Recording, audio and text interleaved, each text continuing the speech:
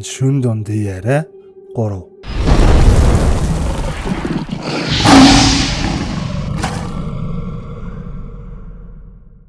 За юу яцхан бамбар нот мэн.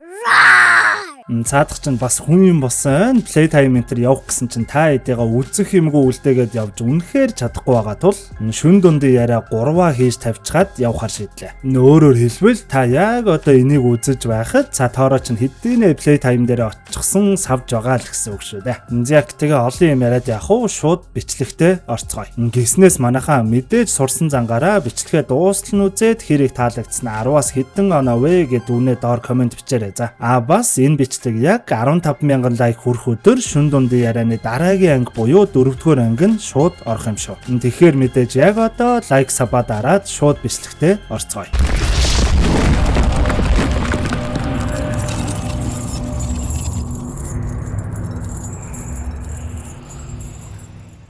Шимия Кидаме буюу Midnight Horror Story нэвтрүүлгийн үндсэн хөтлөгч Ким Гура нэвтрүүлэгтээ 5 морил хэмээн хэлж буугаар энэ удаагийн дугаар маань эхэлнэ. Нэвтрүүлгийн ширээг тойрон нийт 6 хүн сууж харагдах ба энэ удаагийн зочноо урцгай хэмээн хэлэхэд та бидний маш олон кинон дээрээс харж байсан чадварлаг жүжигчин болох Ким Янсон орж ирдэг. Түүний тоглосон бидний хамгийн сайн мэдэх кинонуудаас дөрөвдөл Piper кинонд бөө эмэгтэйгийн дүрээр, The Tale of Kumiho кинонд бас бөө эмэгтэйгийн дүрээр тоглосон байдаг. Нэвтрүүлгийн хөтлөгч Кимсук надад харин сүүлийн үед бөөгийн дүр ирэхэ байцсан байсан чинь чамаас л болсон юм байна да. Энтергээ жаал марцгнаж байгаад за ингээ түүх рүүгээ орцгоё. Хин эхний түүхийг ярих вэ гэхэд хөтлөгч Кимсук би гэснээр эхний түүх эхэлнэ. Эхний түүх түүнд битгий итэг. 1990 оны 6 сарын 30-ны өдөр томоохон хуулийн фирмд ажилладаг ажилдаа шаргуу хөдөлмөрч Ким Янчул гэх залуу ажиллаа хийж байхад Сөүлийн Сумпагу гэх газраас 6 настай хүүхэд хулгай далдагдсан гэх хэрэгт мань залууг хамсаатнаар татан цагдаа дээр дуудаж буугаар энэхүү түүх эхэлдэг.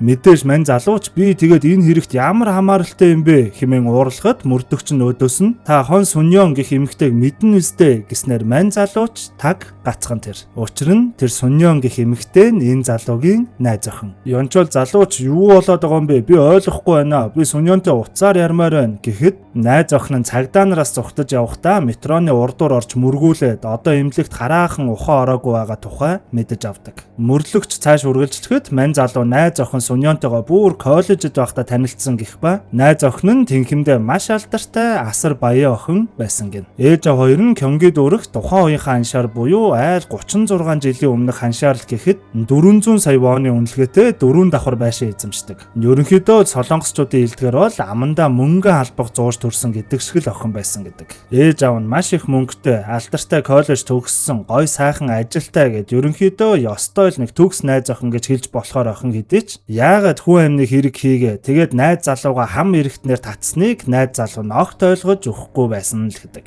Найз охин нь томоохон телевизэд сэтгүүлч хийдэг, байнга л тэдэн цагаас ийм үнэтэй уулзалттай, эдэн цагаас ийм гишүүнээс яриа авна гэдэл ерөнхийдөө маш л завгүй байгаа тухайга байнга л найз залуудаа хэлдэг байсан ч мөрдөгчийн хэлсэн зүйл нь бүх зүйлсийг орвонгоор нь эргүүлж орхино. Яг үнэндээ тэр найз охин Суньон нь огт сэтгүүлч биш. Төгссөн гэд байсан коллежийн худлаа. Ерөнхийдөө бол тэр найз охин нь хизээж коллежид бүртгүүлж байгаагүйгээс гадна нэг ч удаа ажилд орж байгаагүй мөрдөгчнөр мөрдлөхийнхөө явцад олж илрүүлсэн байдаг. Өөрөөр хэлбэл тэр суяа охин найз залуудаа маш олон жил худлаа хэлж явсан л болж таардаг. За тэгвэл энэ Суньон гэх найз охин нь яг ямар хүн байсан бэ гэвэл маш олон удаа коллежид орох гэсэн чи эсэлтийн шалгалтанда 2 жил дарааллаад унсан. Гэвч нэг өдөр гаднаас санаандгүй нэгэн эмэгтэй коллежийн сурагчийн үнэмтхийг нь олсноор өөрийнхөө зургийг солиод хийчихсэн байдаг ба яг энэ мөчөөс энэ эмэгтэй бүх худал хуурмаг зүйлс нь эхэлсэн байдаг. Ээж авдаа энэ худлаа үнэмлэхээ үзүүлээд коллежийн сургалтын төлбөр гэж өчтөчнөө мөнгө аваад тэрүүгээрээ л хүн амтнд дайлж найз залуудаа хүртэл их л мөнгөтэй дөр өсгөж явсаар 4 жилийн дараа мэдээж дүрээ өөрчлөх цаг ирэхэд сэтгүүлч гэх дараагийнхаа худал хуурмаг дүрээ бодож олсон байдаг. Гэхдээ нэг сонин зүйл нь хэдий бүхий л амьдрал нь ийм худал хуурмаг байсан ч гэсэн яагаад тийм жоохон 6 настай хүүхдийг хулгайлсан гэж гэх асуулт гарч ирдэг.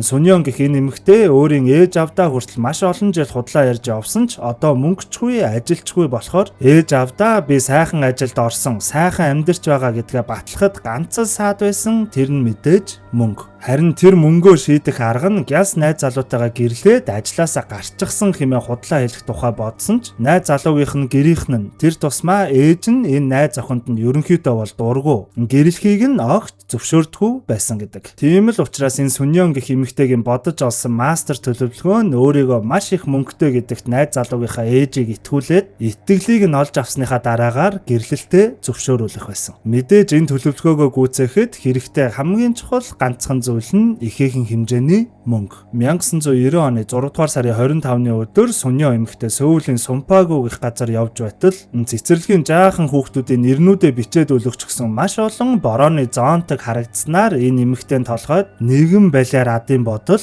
орж ирдэг. Зоонтогнууд дээрээс нэг Соён гэх хүүхдийн нэрийг тогтоож аваад ойрхон байрлал утасны бүхэг рүү ороод шууд хажуу талын цэцэрлэг рүүгээ залхан "Өө сайн байна уу агшаа? Би Соёны ээж нь байгаамаа. Харин манай ээж сая машины осолд ороод эмнэлэгт хүргэжлээ. Би хүүхдээ гяс аваад эмээ дээр нь аваачихгүй бол болохгүй нэ. Та миний охиныг өнөөдөр эрт гаргачих зүхүү. Би гадаа хүлээж бай." Хэмээн худлаа хэлээд Соён гих цэцэрлэгийн охин гараад ирэхэд нь "Би ээж нь чинь найз байгаамаа. Ээж чинь надад чамайг аваад ир гэж хэлүүлсэн юм" энтэр гэж худлаа хэлэн ганц нэг талах сүү энтэр авч өгж байгаад тэр жаахан охиныг аваад явчихсан байдаг. Мэдээж лавлаж, тодруулж, баталгаажуулаагүй цэцэрлэгийн багшийн маш том алдаа. Цэцэрлэгийн жаахан охиныг хулгаасныхаа дараа буюу 6 сарын 26-ны өдрийн 5 цагт охиноос ээж аавынхын дугаарыг мэдэж аваад шууд залхан "Охиноо 9 минут буцааж авмаар байгаа бол яг одоо 50 сая вон бэлдээд энэ данс руу шилжүүл. Хэрвээ цагдаад мэдэгдвэл охиноо ахиж амьд минь харахгүй шүү. Ойлгосон уу?" хэмээн сүрдүүлсэн ба тухайн үеийн 50 сая вон нь Илсан эсвэл Бундан гэх мэт шинээр яг хөгжиж барилга байшин эд баригдаж байсан газруудад бараг л байр авах хэмжээний их мөнгөн дүн байсан гэдэг.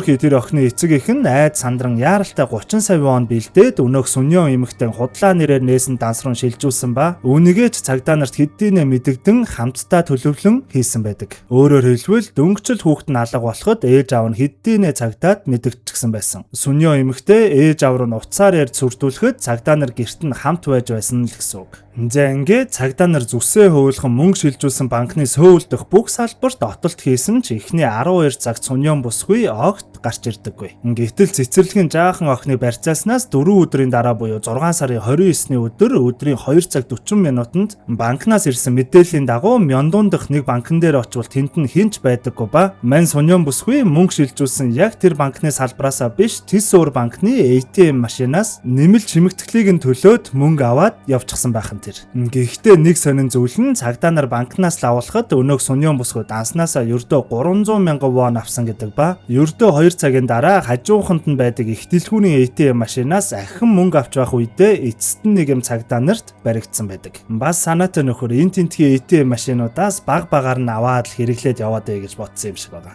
Цагдаа нар ч мэдээж охин хаана байна гэд нэн түрүүнд асуухад өннөө хогийн Сүньон эмэгтэй "Манай найз залуу тэр охиныг хорж байгаа. Бит хоёр хамтарч байгаа. Гэхдээ намайг мөнгө авч очихгүй бол манай найз залуу тэр охиныг өвтгөж магадгүй. Одоо ингэж байх цаг бишээ. Яаралтай Сөүл стейшн руу явцгаая. Хурдлалтаа" хэмээн дахин орилсоор байгаа цагдаа нарыг аваад Сөүл стейшны 1-р лайн дээр дөнгөж очиход мань Сүньон бүсгүй шууд л өөрөө ирж буй метроны урдуур ороод мөргүүлсэн байдаг. Яг үнэндээ тэр найз залуутайгаа хамт тулгаалсан манай найз залуу хүлээж байгаа энэ төр нь бүгд худлаа байсан ба хамгийн харамсалтай нь тэр муу Сүньон хулгаалсан жаахан охиноо нэгэн сургуулийн хүмүүс орохыг хориглодог техникийн өрөөнд оруулж байгаад айл хэд хоногийн өмнө хэдийнэ алчсан байсан гэдэг. Охиныг нь алчсан мөртлөө маш тайвнаар ээж аав руу ярьж мөнгө нэхэн сүрдүүлсэн. Найз залуугаа ч худлаа хийлэн хамсаатан болгосон тул яг одоо найз залуу нь цагдаагийн элцсээр дуудагдаад ирчихсэн сууж байгаа л гэсэн үг. Хогийн худал хуурмгаар дүүрэн хуурамч амьдрал нь гин зэмгүү тэр жаахан охины үхлээр төгснөөс гадна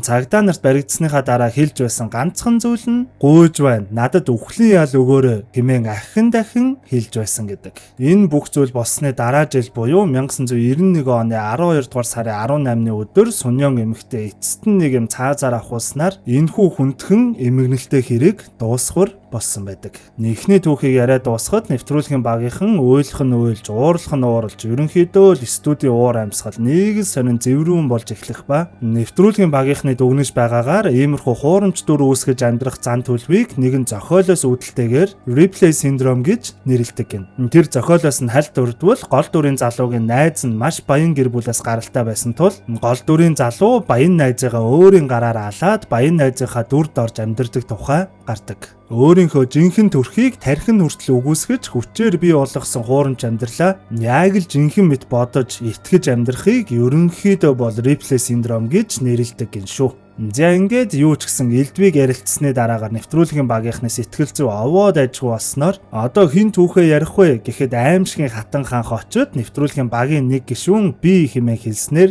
дараагийн түүх эхэлнэ. Хоёрдугаар түүх аюултай урилга. Маш олон жилийн өмнө буюу 1987 онд одоогийнхоор инха сургууль байрладаг Хагиктун нэртэй жижигхэн газар амьдардаг байсан Хёнтэй гэх залуу өөрийнхөө аав тохиолдсон энэхүү түүхийг явуулсан байдаг. Тухайн газар нь нэгэн нэргүй том уул байдаг байсан ч барилга барих гэд хамаг моднуудыг нь тайрснаар халзарч хоцорсон тул тентгийнхэн хүмүүс уг уулыг Rocky Mountain буюу чулуут уул хэмээн нэрлэх болсон гэдэг. Гэвч тухайн газрын тосгон руу орохын тулд тэр уулаар заавал явхаас өөр аргагүй байдаг ба 1987 оны нэг өдөр энэ түүхийг явуулсан Хёнтэй гэх залуугийн аав нь өөрийн ажилдаг төмрийн үйлдвэрээсээ гараад гэртээ харж буй үйл явдлаар энэхүү түүх маань эхэлнэ. Аав нь бүр үүр зайх үеэр жаахан халамцуу таксинд суугаад яг л нөгөө чулуут уулын доор ирээд цаашаага гэрлүүгээ алхаж эхэлдэг. Гарч идэн барьчихсан алхаж явхад ууланд аннэр чимээгөө байж байснаа гинтэл нэгэн эмэгтэй хүн уйлах чимээ сонсогдсон ба мань залууч гайхаад эргэн тойрноо илүү сайн ажин харахад нэгэн цагаан дайсанцтай эмэгтэй урт хар үсээ урдуураа унжуулаад доошоо хараад суучихсан уйлж байсан гэдэг. Мань залууч энэ хар шөнөөр ганц эмэгтэй хүн юу хийж аван бол хэмээн бодон уучлаарай эмэгтэй та зүгээр үү гэд очиход өнөөх нь гараараа нэг зүгт зааснаа би тийшээ явмаар байна. Гэхдээ хөдөлж чадахгүй байна хэмээн хэлсэн байдаг. Залууч гайхаад хөлийг нь хартал эмэгтэй хөл нь модны үндэс шиг өргөстэй урт зүйлсэд ороогдчихсан байсанд нь нээгч юм бодлохгүй шууд улаан гараараа тэр модны үндэс шиг зүйлийг нь цэвэрлэн өнөөх эмэгтэйгийн хөлийг чөлөөлж өгдөг. Гэтэл өнөөх эмэгтэй юу ч хэлэлгүй таг чимээгүй суугаад байсанд нь мань залууч хэсэг гайхаж байснаа цаашаага өргөлжлүүлж алхан яг гэрийнхаа гадаа ирэхэд түрүүний эмэгтэй ч мөн араас нь дагаад ирчихсэн байхын тэр. Мань залууч унтаж буй эхнэрээс ирээн алив эхнэр гяс хоол хийгээд өгөө алив хурдлал та хэмээн дахин хэлээд байсанд нь эхнэр нь гайхсан ч жаахан юм хийж өгөхөөр болоод орноосоо боссон гэдэг. Гэтэл нэг сонин зүйл нь эхнэр нь хоол бэлдэж өгөөд нэг аяг будаа өгтөл нөхөр нь өө чи яачихсан юм бэ? Зочинтой байхад ганцхан аяг будаа өгөөд хэмээн жаахан ууртаа хэлснээ юу ч байхгүй хоосон ширээний нөгөө тал руу хандан уучлаарай эхнэр байна дөнгөж сэрэ жаахан нойрмог байх шиг байна. Мэ та эндээс идэж бай гэд нэг л сонин ганцаараа яриад суугаад байсан гэдэг. Харин нөхөрт нь бол өнөөх эмэгтэй яг хажууханд нь суучихсан саяны өгсөн хоолнуудыг нь ёстой л нэг амаа олохгүй л хурдан гих чинь идэж байсан байдаг. Мэдээж эхнэрт нь бол нөхөр нь юу ч байхгүй хоосон газар руу харчихсан ганцаараа юм ярьсаар байгаа тасраад унчихсан гэдэг. Эхнэр нь ч нөхрөө өрөөнд нь оруулж унтуулцгаад саяны бэлдэж өгсөн хоолнуудаа хураах гэтэл өөрийнх нь харснаар нөхөр нь огт гар хүрээгүйгээс гадна дөнгөж саяхан шинээр нь бэлдэж өгсөн хоолнууд нь ердөө хэдхэн минутын дотор бүр хөгзрөөд муутчихсан байхын тэр. За юу ч гэсэн нэг сонин шөнө ингээд өнгөрлөө гэтэл маргаашнаас нь нөхөр нь битүү хүлрөөд бүр орноосоо ч босч чадхаа байсан гэдэг ба аманда үгүй би чадахгүй болил доо хэмээн дахин бовтонсаар л байсан гэдэг. Эмчэд үзүүлтэл оншин оогт гардаггүй. Өдөр ирэх тусмал би энэ бүр муудаа царай нь харлаад байсан ба юу ч байхгүй хоосон зүгт харан их л айсан шинжтэйгээр гүйж байна намайг орхичихвол доо би ихнэр хүүхэлтэй штэ хэмээн хэлээд байсан гэдэг ба энэ нь мэдээж л өнөөх эмэгтэй сүнс мань хүнийг тас ширтэн ямарваа нэгэн зүйл хүсээд байсан юм шиг байгаа. Нөхцөл байдал хэдийнэ иймдээ тулчихсан тул эхнэр нь хайж сураглаж явсаар байгаад ашгүй хажуу тосгоныхоо нэг бөө эмэгтэй гэртээ залан авчирсан байдаг. Өнөөх бөө эмэгтэй ч дөнгөж орж ирэнгүүтээ хажууд нь нэг эмэгтэй наалчихсан явуулахгүй л байдаг. Хурдан босго тэхгүй бол 5 хоногийн дотор өөх юм байна гэж хэлснээ маргааш нь яаралтай шууд чондуу гэх нэртэй нэгэн зан үйлийг хийхээр болдог. Маргааш нь жуулж бөө эмэгтэй өөрийн туслахын хамт ирэн хамаг л юмнуудаа бэлдэж тавьснаар гэрийнх нь арын хэсэгт хашаанд нь өнөөх чондуу гэх нэртэй сүнс зайлуулах зан үйлээ эхэлсэн байдаг. Бөө эмэгтэй ч маш удаан өсөрч орилж байснаа гинтэл нөхрийнхэн зүг харснаа би чиний өшөөг аваад өгье. Гэмгүү залууг харин зовоохоо бол Хэмээн хэлснээ улаан шорш мань залуугийн зүгт цацаж эхлэхэд өнөөх эмэгтэй их л ата хорсолтой өнгөрсөн сүнс нь эцэст нь нэг ашгүй гэмгүү залуугийн биенээс гарan мань залууч ашгүй нэг нүдэ нээсэн гэдэг. Залуугийн биенээс гарсан сүнс нь мэдээж ганцхан бөө эмэгтэйд харагдаж байсан ба бөө эмэгтэйд хандан би ингээд явж чадахгүй, надад маш харамсалтай байна. Би энэ эрэгтэйг заавал авч явна хэмээн хэлээд газар балбаж эхлэхэд бөө эмэгтэй хариуд нь энэ эрэгтэй чамайг суллаж мөн хооллож унталсан. Чамд сайн санааны үүднээс тусалсан байхад ингэж болохгүй штэ. Би чиний өршөө хорслыг чинь тайлаад өгье хэмээн амлалт өгөн аргацсны эцэст өнөөх эмэгтэй сүнс нь ашгүй нэг амар амгалангийнхаа орон руу явсан байдаг. Зан үйл дууссаны дараагаар бөө эмэгтэй залуугийн эхнэрт хандан баггүй хугацааны өмнө энэ тосхон залуухан эмэгтэй амиа хорлсон тохиолдол гарч байсан уу? Маш их өшөө хорсол гомдолтой өнгөрсөн эмэгтэй сүнс байна. Хэмээн хэлэхэд эхнэр нь шууд л өмнө нь сонсож байсан нэг зүйлээ санаж эхэлдэг. Нэлээд хэдэн жилийн өмнө тосхондоо хөөхөн үцэглэнтэйгээр их л алдартай байсан нэгэн бүсгүй дөнгөж шинэ ажилдаа орсон эхнийхээ өдөр ажлынхантайгаа сууж байгаад оройны 10 цагийн алдад гэрлүүгээ харахаар такси бариад яг л нөгөө чулуу дуулынхаа бэлд ирээд зогссон байдаг. Тосхондох гэрлүүгээ явах өөр зам байхгүйсэн тул таксинаас буугаад уул давхаар явж эхэлсэн ба яг л замынхаа талд нь явж байхад араас нь танихгүй гурван эрэгтэй гарч ирэн амийг нь дараад шууд л ойрхон байрлах Эрдэнэ шишийн тариалангийн талбайд аваачин хүчирхийлээд явсан тохиолдол гарсан байдаг. Энэ явдлаас хойш хэдэн хоногийн дараа тэр бүсгүй гэртээ ирэхгүй алга болсонд нь ээж аав нь цагдаад мэдэгдэн тосгоны бусад хүмүүстэй хамт ирэл хайгуул цаг алдахгүй эхлүүлсэн ч өнөөх залуухан бүсгүй яг л өмнө нь хүчирхийлүүлсэн газраа ирээд хүчтэй эм уугаад амиа хорлцсон байдалтай олдсон байдаг. Тийм л учраас хөөхий эмэгтэй сүнс нь маш их атаа зүртөө харуулсалтай сүнс болон тэр ууландаа хорогдсон л болж таардаг.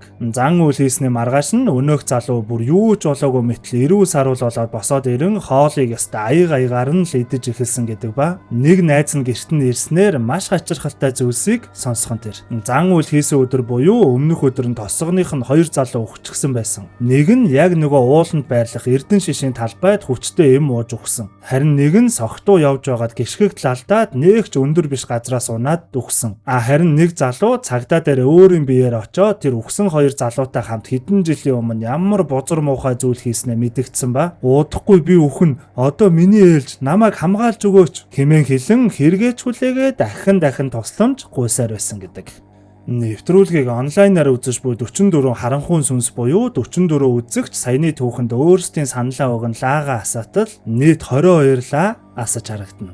За одоо энэ удаагийн дугаарын сүүлийн түүхтэд орцгоё гэснээр нэвтрүүлгийн зочин болох жүжигчин Ким Ён Сон өөрт оногдсон түүхээ ярьж эхэлдэг. Гиснес манайхан дундуур нь гяс нэг юм асууж. Одоо ерөнхийдөө наадмын амралт зугаалга гэ та хэд бүгд хөлтөө гадаа гараад үзэлт навс унцдаг юм чинь цаадах чинь наадмаар ер нь бичлэг энэ төр оруулах хэрэг байна уу? Эсвэл аялал зугаалганд яваагүй хэдтэй зориулаад юу ч гэсэн хийж л байх уу? Яах уу, ийх үү гэд саналаа манайхан доор комментоор бичээд үлдээгээрэй. За. Яг буцаад бичлэгтээ орцгоё. 3 дугаар түүх Хэвүндэгээс ирсэн гар захидал. Энэ түүхийг явуулсан хүн нь онлайнаар биш яг жинхнээсээ өөрөө бүр гараараа бичээд бусааны Хэвүндэгээс өөр тохиолдсон зүйлсээ захидал болгон явуулсан байдаг. Энэхүү түүхийн эзэн нь 22 жилийн өмнө бусааны Хэвүндэгийн нэгэн барилгад нүүж орсон. Одоо 56 настай Шин Жөхөн. Жөхөний гэр бүл бусаанд 36 жил тасралтгүй үйл ажиллагаа явуулж буй гэр бүлийн бизнес болох барилгын материалын үйлдвэрийг үргэлжлүүлэн ажилуулдаг байсан ба тухайн үйлдвэр нь тэндээ маш их танигдсан нэлээдгүй том компани байсан гэдэг. 2004 оны 100 бусааны Ёндуу гэх газар шинээр баригдаж буй өндөр зэрэглэлийн байранд барилгын материалаараа хамтран ажиллаад тэр шинэ байрандаа 162 м2 болон 224 м2 хэмжээтэй 2 байрыг бартераар авсан байдаг. Барилга нь ашиглалтанд орсны дараа бартераар авсан 2 байраа зарах гэхэд 162 м2 байр нь зарагдаад харин 224 м2 байр нь хэтэрхий том бас хэтэрхий үнэтэй зарагдаж өгөхгүй байсан тул нэг нь настай хосод түрээслүүлж эхэлдэг. Энэ цагаас хойш 2 жил өнгөрч Жөхөний гэр бүл өөрсдөө нүүхээр болоход байрыг нь түрээслэж байсан настай хосын эмээнч хэдэн сарын өмнө өнгөрсөн тул үлдсэн өвөө нь байрнаасаа гарахаар болсон гэд ерөнхийдөө л ёстой л нэг төгс гэж хэлж болох үуч цаг хугацаа нь таарсан байдаг. Мэдээж байр нь ашиглалтанд ороод 2 жил болчихсон тул маньхэд нүүж орохоос өмнө засвар хийлхийгээд өөрсдийн байраа үзэж харахаар байранд нь амьдарч буй өвөөгөөс зөвшөөрөл аван өвөөг байхгүй хооронд нь байр руугаа ортвол тэнд нь нэг л сонин нэг л зүйл биш байдаг. Уг нь яг далайн эрэг дээр бүр далай руугаа харсан цонхнуудтай байр хэдий ч бүх хөршиг энтрээ хаачихсан. Ямар ч гэрэл гээгээгүй бүр нэг хүүтэн чийг даачсан. Хүн амьдарч байсан гэхэд элдэв тавилга эд тогшилгүй. Тэгснээ бүр тэр том байрны хамгийн жижигхэн өрөөнд нь ганцхан нэг муу гудсал харагдсан гэдэг. Мань хэд ч энэ гоё том байр байхад яагаад заавал энэ жижигхэн өрөөний шалан дээр нь ганц гудас шидчгээд амьдарч байгаа юм бол хэмээн гайхсан ч за эмгэн нь өнгөрөөд хөөхий ганцаараа байсан тул ингэж амьдарч байгаа юм байлгүй дээ гэж бодоод нэг тоогоогүй өнгөрсөн байдаг. За ингээд нүүж ирэх өдөрч болж манай хэд ачаа баруунуудаа оруулж ирэхэд түрээсэлдэг байсан өвөө нь мастер унтлахын өрөөнд 2 даавуунд боочсон зүйл үлдээгээд явчихсан байсан ба. Мань өхөөн ч тэр өвөө мартаад явчихсан юм байх та. За дараа асуугаад ирэхэд нь өгчгүй гэд мэдээж огт нээж харалгүй унтлагынхаа өрөөний шүүгэнд хийгээд хадгалчихдаг. Өдөржингөө юм зөөсөн хэд ч ядраад унтцгааж байхад яг шөнийн 1 цагийн үед дээд айлд нь хүн бүр түчгэн л гүүгээд байгаа нь сонсогдохлоор нь мань өхөөн домофон системээрээ доошо харуул руугаа залхан аха манай дээд айлд хилээд өгөөч төхүү хүүхэд нь бүр унтуулахгүй гүүгээд байна. Гэтэл харуул нь өөдөөс нь уучлаарай танай дээр чинь ямар ч айл амьдрдаггүй штэ. Ерөнхийдөө энэ барилгын метр квадрат нь том болохоор хүүхэдтэй айл баараг байдаггүй. Өдөр ирэх тусам энэ чимээ бүр яг л албаар төчгнээд байгаа мэтэл ихсээд байсан гэдэг. Бүр цаашлан ямар ч шалтгаангүй сангийн хоолойнууд нь эвдэрч усаалдан бороотой өдөр хаалттай байсан цонх нь өөрөө онгоочсон битүү борооны ус гэрлүү нь орчихсон байдаг болсон л гэдэг. Нэг өдөр бүр унтаж байгаад усуухаар босоод галтойгоороо явж байтал охин нь харанхуу том өрөөнийхөө буудан дээр өвдгөө тэврээд суучихсан байх ба очоод миний охин өрөөндөө ороод унтахгүй юу хийж байгаа гэтэл охин нь хэсэг чимээгүй сууж байснаа толгоогоо өндөлгөн ээжээ та яагаад уйлаад байгаа юм?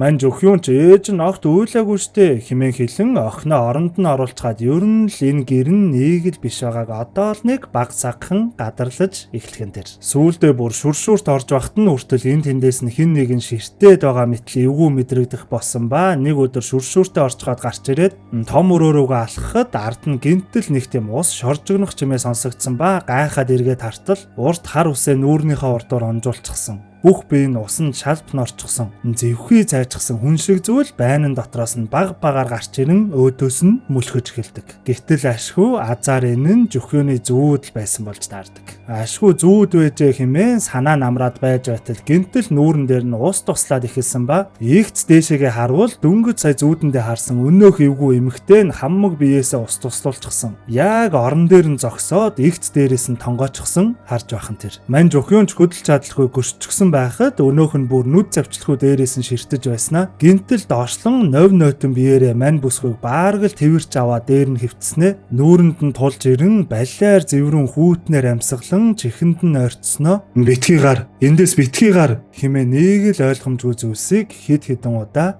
хэлдэг. Хаммаг байдаг хүчээрээ бие ашгүйний хөдөлгөөд гяс унтлахынхаа өрөөнөөс гараад эргээд хартал мэдээж л унтлахын өрөө нь хов хоосон. За ингээд хальт таамаглаж бодоод байсан зүйл нь бүрч тодорхой болсноор энэ байраа ямарваа нэг юмтай юм байна гэдгийг ойлгон бизнес аяллаар явчихсан байсан нөхрөө шууд дуудснаар ашгүй нөхөр нь цаг алдалгүй нэгэн мундаг алдартай ламыг гэртээ залан авчирдаг. Өнөөх лам нь ч гэрийнх нь эргэн тойрныг ажиж байснаа мастер унтлахын өрөөний өөдөнд нь ирээд шууд зогсчихон тэр. Тэгснээ бүтэн бие нь шалт норчихсон эмэгтэй орон дээр чинь сууж байна. Намайг энэ өрөөрөө оруулахыг хүсэхгүй л байх шиг байна. Хоол унд бэлдэх хэрэгтэй юм шиг байна. Яаралтай жоохон хоол бэлдчих хэмээн хэлэхэд мань өхөөнд ламын хийсний дагуу ингээс жоохон хоол жимс бэлдээд унтлахын өрөөнийхөө толны урдах тавир дээр нь тавьдаг. Ламч гартаа хүж асаан бариад өрөөрөө зөөлхөн алхаж ороод мань нэгзмээ уншиж эхлэхэд мань өхөөнд хаалганы гадна болгоомжуулсан шинжтэй зогссоор л байхан тэр.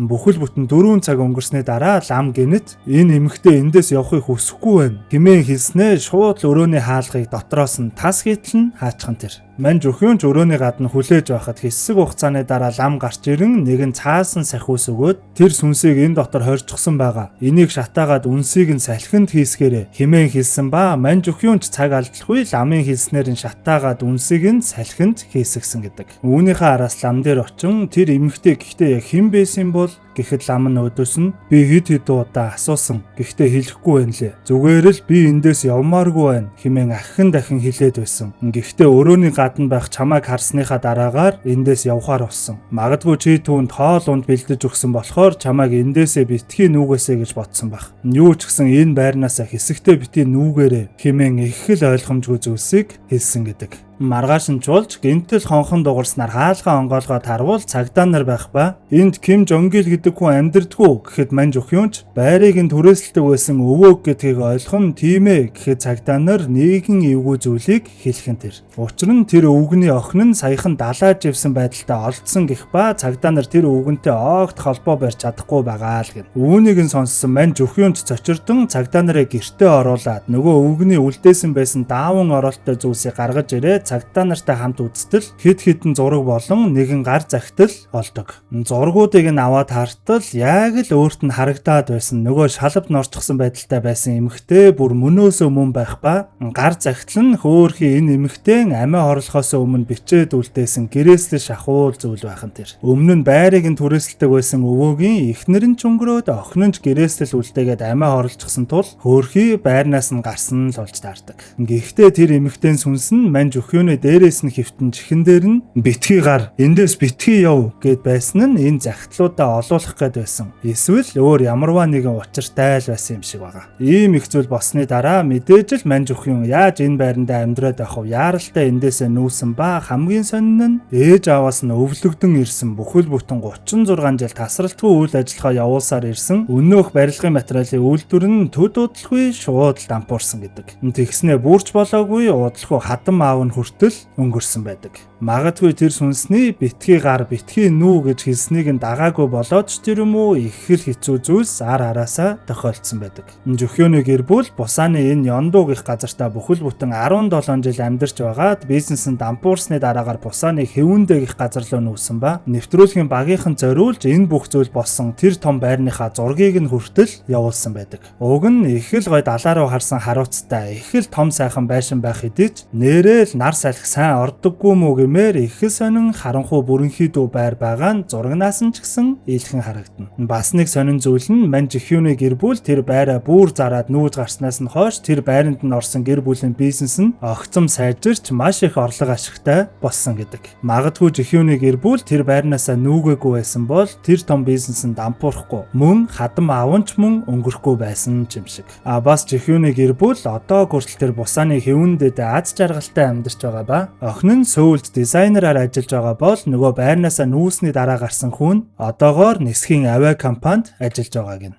түүхээ ярьж дууссаны дараагаар нэвтрүүлгийн багийнхны ярьж байгаагаар тэр Ёндууг их газарт нь Ёндуугийн эмээ гэх нэртэй алдартай нэгэн хад чулуу байдаг ба тентхийн хүмүүсийн ярьдгаар бол тэр Ёндуугийн эмээ гэх хад нь тентхийн орчин суугчдыг нүүгээд өөр газар руу явахад нь дургүй байдаг. Уурлаж бухимдан азгуутлыг өгдөг. Хэрвээ нүүхээр бол уг чулуун дээр эдээ будаа барьж очин тайлбарлаж хэлдэг хүртэл заншилтай гэн. Бүр тэр Ёндуугийн эмээг их шуналтай хүмүүс нүүж ирэхэд ихээхэн дуртай хүлээж авдаг мөртлөө харин хүмүүсийг явах гингууд их л дургу байдаг. Ерөнхийдөө бол нэлээд шуналтай хэмээн хошигнож ярьдаг гин. За ингээд аль бие ёсоор сүүлийн түүх дууснаар 44 шууд үзэгчээсээ саналаа хураахад нийт бүр 40 лааснаар энэ удаагийн дугаарыг ялагчаар нэвтрүүлгийн зочин буюу жүжигчин Ким Ёнсон тодорсноор шүн дундын ярианы 3 дугаар дугаар маань дуусаж байгаа юм да. Зэг тэгээ цаадах чинь ажил төрөлхөө зав цаг муутай байгаа ч гэсэн бүр хөгжмийн фестивал руу явахдаа хүртэл та хэдийгээ үзэх юмтай үлдээгээд энэ бичлэгээ шүнжин сууж байгаад хийсэн байгаа шүү. За тэгэхээр мэдээж манайхан шүн дундын ярианы 4-р дугаараа хурдан шуурхаа үзхийг хүсвэл энэ бичлэгээ яаж л 15,000 лайктай болгоод өгөөрэй. Зэг тэгээд манай бомборнууд бол юу их мэдж байгаа штэ тий. Лайк сабадараа сүсгэлээ сууж байгаарай.